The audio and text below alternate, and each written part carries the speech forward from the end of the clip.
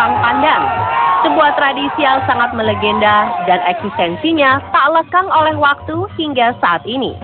Tak heran jika banyak turis yang rela datang jauh-jauh ke Bali hanya untuk sekedar menyaksikan secara langsung tradisi ini.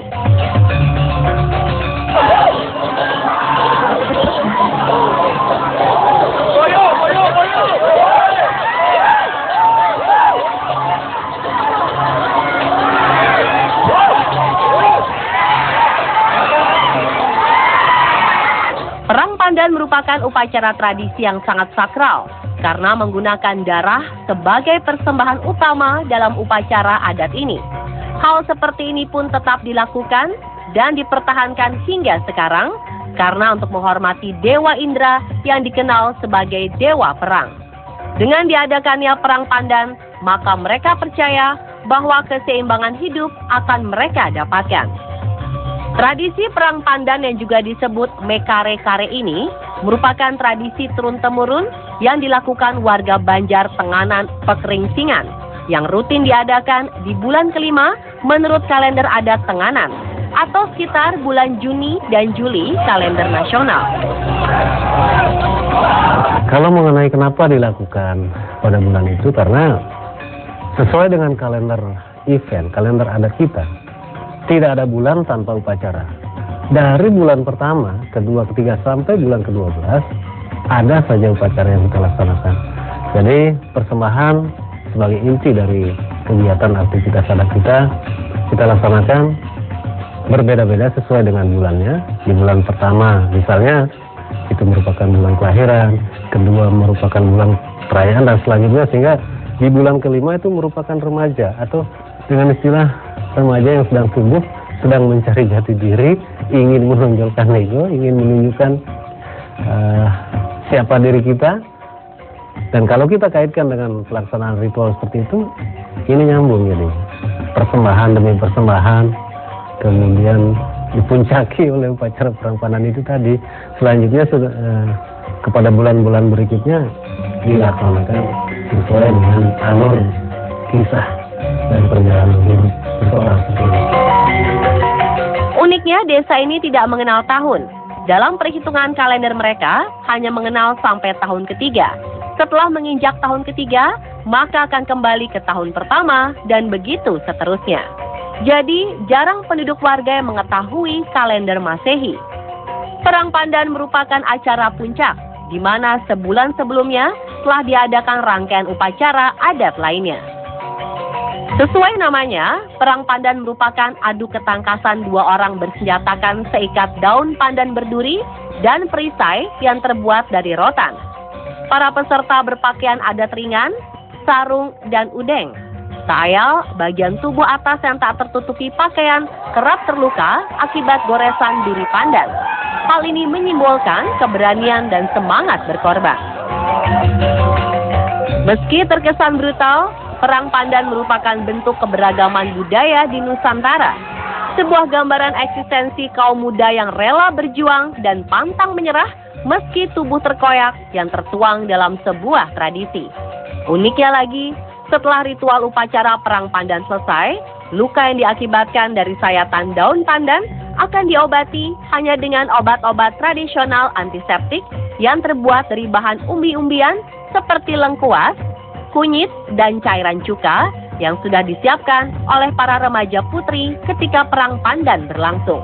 Di balik terkenalnya tradisi Perang Pandan dengan segala cerita budayanya, ternyata ada cerita tentang kejamnya hukum adat di desa ini yang masih dijalankan sampai sekarang. Penduduk desa Tenganan Pekeringsingan merupakan satu dari 3 desa di Bali yang termasuk dalam Bali Aga, yaitu penduduk asli keturunan Bali. Hingga kini, hukum adat yang sudah ada dari zaman leluhur pun tetap dijalankan. Salah satunya adalah tentang pengusiran dari tempat tinggal mereka sendiri. Dalam sistem pernikahan, warga desa Tenganan diharuskan menikah dengan orang dalam. Artinya, mereka tidak boleh menikah dengan orang lain yang bukan asli dari desa Tenganan Pekeringsingan. Jika peraturan ini dilanggar, maka mereka akan diusir dari tempat tinggalnya dan dipindahkan ke lahan yang sudah disediakan oleh desa. Setelah itu, mereka pun lepas dari tanggung jawab desa.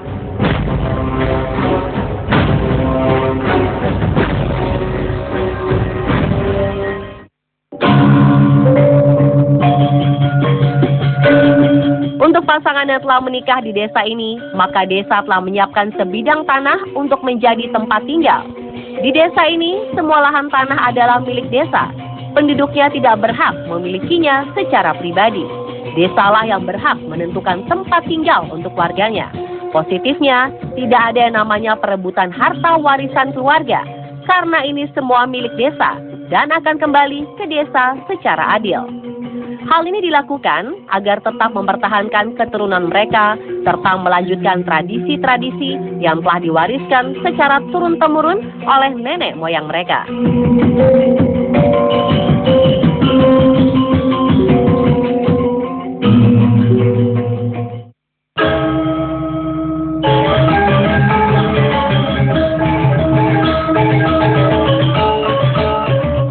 Desa Tenganan Pekeringsingan hingga saat ini masih menganut tradisi adat yang sangat kental. Terasa saat berada di tengah desa, bagaikan berada di zaman ratusan tahun lalu. Bangunan rumah di desa ini pun tidak mengalami perubahan pola awal, yang pada dasarnya mengacu pada konsep permukiman yang diwariskan secara turun-temurun oleh nenek moyang mereka. Apabila pola itu tidak diikuti dan dijalankan oleh warga desa, maka akan dianggap sebagai sebuah balak untuk desa Tenganan Pekeringsingan sendiri.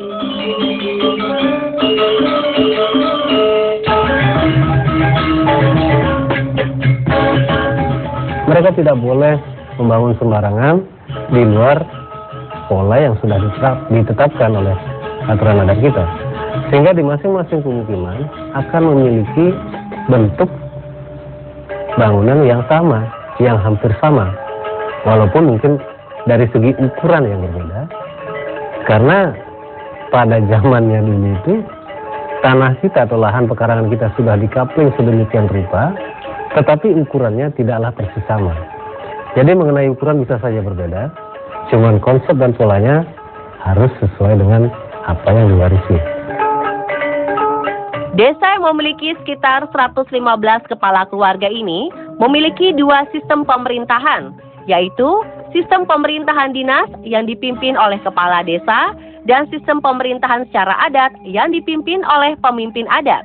Hal ini dilakukan agar nilai-nilai dan norma adat tetap dipertahankan untuk menjaga kelestariannya. Dan menariknya lagi, berbeda dengan masyarakat Bali pada umumnya, di sini tidak mengenal yang namanya kasta. Mata pencaharian warga Tenganan sebagian besar adalah petani padi yang lahannya pun disediakan oleh desa dan ada juga beberapa yang berprofesi sebagai pengrajin. Salah satunya adalah pengrajin kain khas Pekeringsingan.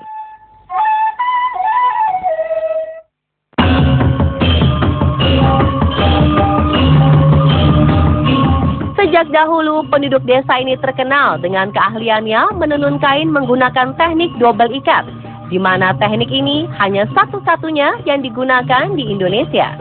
Kain tenun yang dibuat oleh penduduk asli desa ini diberi nama kain geringsing. Dari kain inilah nama desa Pekeringsingan berasal. Kain ini memiliki makna yang dalam bagi masyarakat desa Tenganan. Sehingga makna dari kain geringsing itu sesuai dengan artiahnya. Gering itu sakit, sing itu tidak.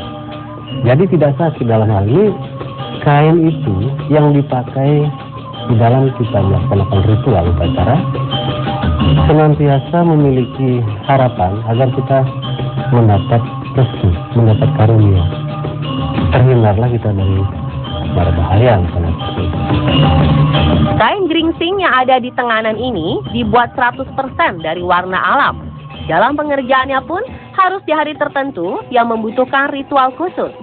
Proses pewarnaan kain ini memakan waktu hingga 2-4 tahun. Tak heran jika semakin lama kain ini disimpan, maka warnanya pun semakin indah serta menyala.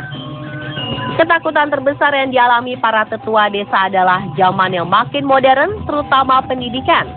Tidak ada warga desa yang mengenyam pendidikan tinggi, karena dikhawatirkan akan membuat anak-anak muda justru lebih memilih merantau dan tidak kembali ke desa. dan tidak ada penerus yang akan mempertahankan tradisi desa.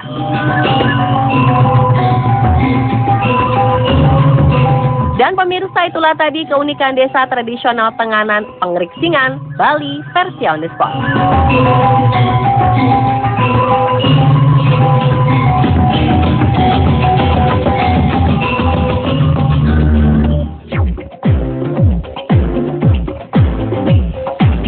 Pemirsa, pernahkah Anda acap kali gagal melakukan perjalanan liburan karena melakukan kesalahan saat memesan tiket pesawat? Jika iya, kesalahan-kesalahan apa saja yang biasanya dilakukan oleh orang-orang